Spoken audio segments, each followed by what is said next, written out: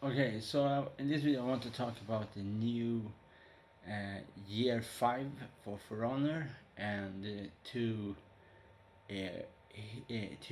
heroes that will come in year 5 and what speculate about who they may be, what faction they belong to, and what kind of warrior class they belong to, and so on.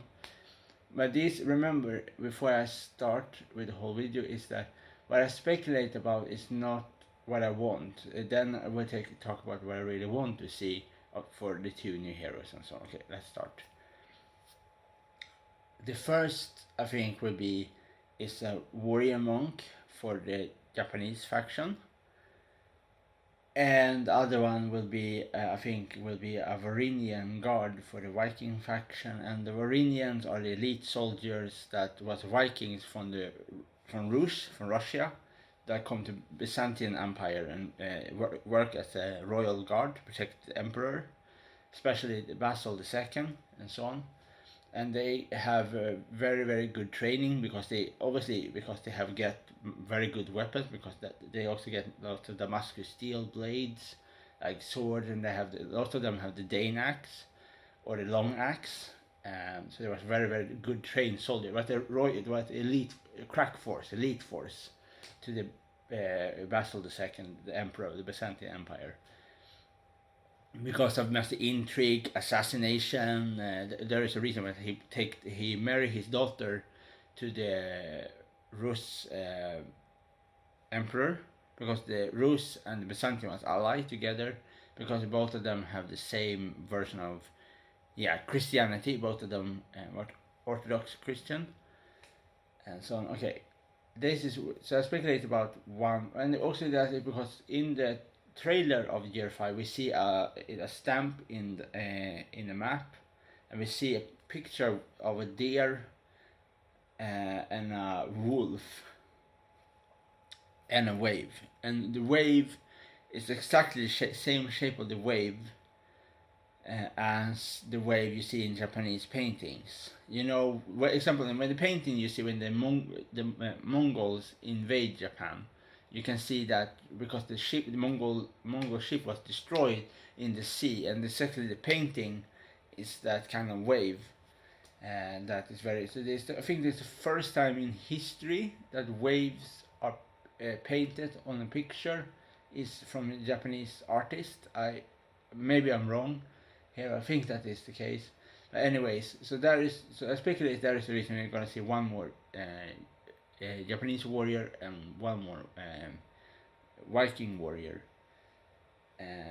to yeah to but okay, what I hope for we will see, this is what I hope for, is that we will see two more Woolen warriors, and I think one of them, if is also because the year of the ox can also be possible, because maybe we will see a Woolen heroes, is that I think one of them is maybe will have the similar weapon as will have the weapon on Lubu Bay, and the other one maybe will be a Mongolian warrior as a mercenary, because we know that all the other factions have mercenary warriors.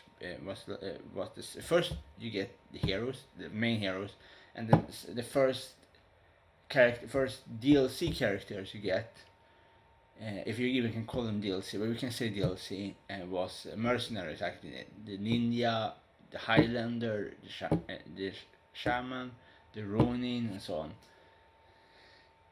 So that I think, because the Woolen is the only faction yet in the game that do not have any mercenary soldier to their faction, so that can be absolutely possible that we can maybe see two mercenaries to the Woolen faction. Maybe we see a Mongolian warrior, and then maybe we can see a Tibetan warrior, or we will see maybe this is what I hope for. Remember that is the most unlikely thing to happen, because this is the least popular character. I think Tibetan warrior, or a Sasanian warrior, or a Mongolian warrior. What I hope most for absolutely is Sasanian warrior and Tibetan warrior. What I hope most for to see. in For Honor as a two mercenaries for the Wulin faction, because we know that the Sassanid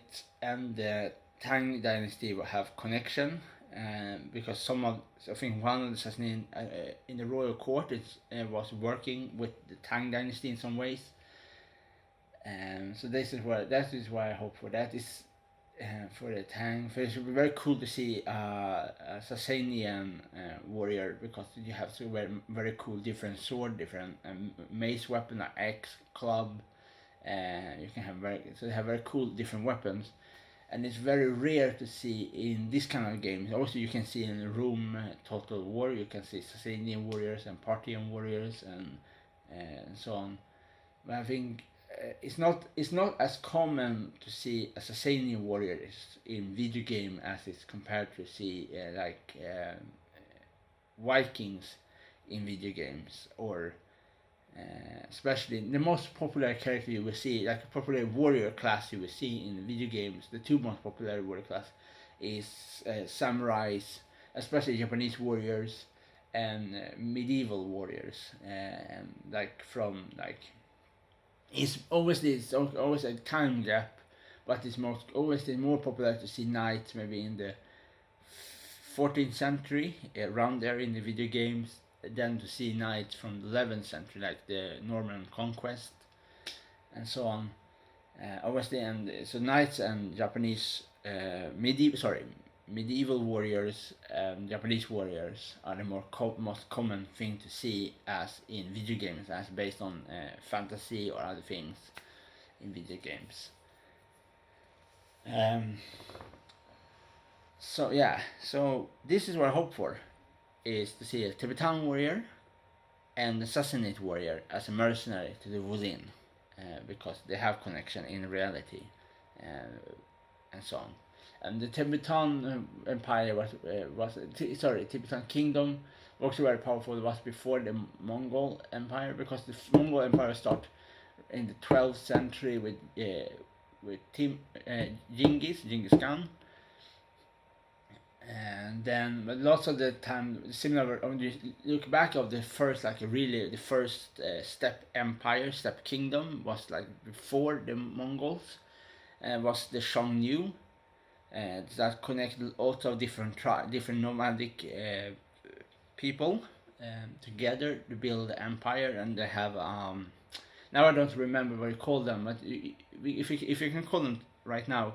A Khan is probably the wrong word to say, but they have a special name for their leader of the Xiongnu, and the Xiongnu was a very then later on, when the Han Dynasty defeated the Xiongnu ride away to different parts in the world. One part to come to India, as the Gupta Empire called them the White Huns.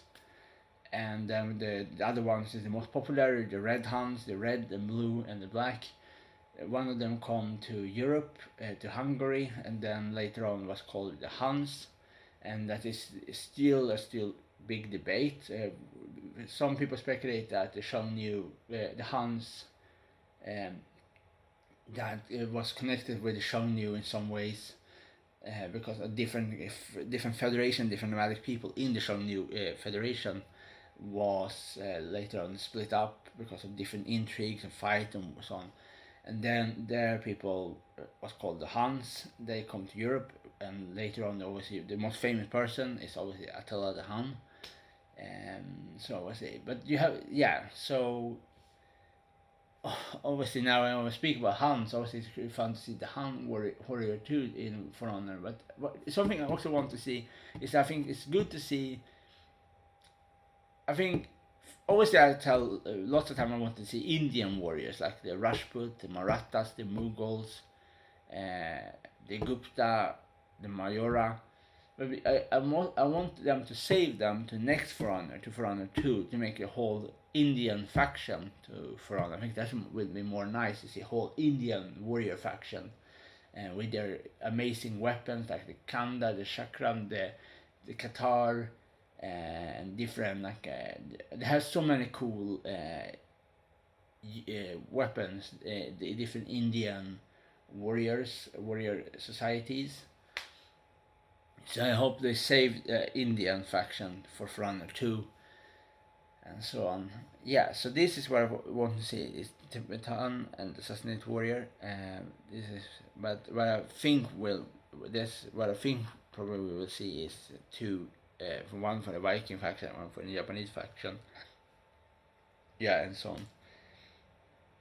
So that is very nice to see that we're gonna get two more heroes, even if we have even the latest two heroes was the Griffin, and so that, yeah, that's probably everything I really want to say about this kind of thing. And yeah.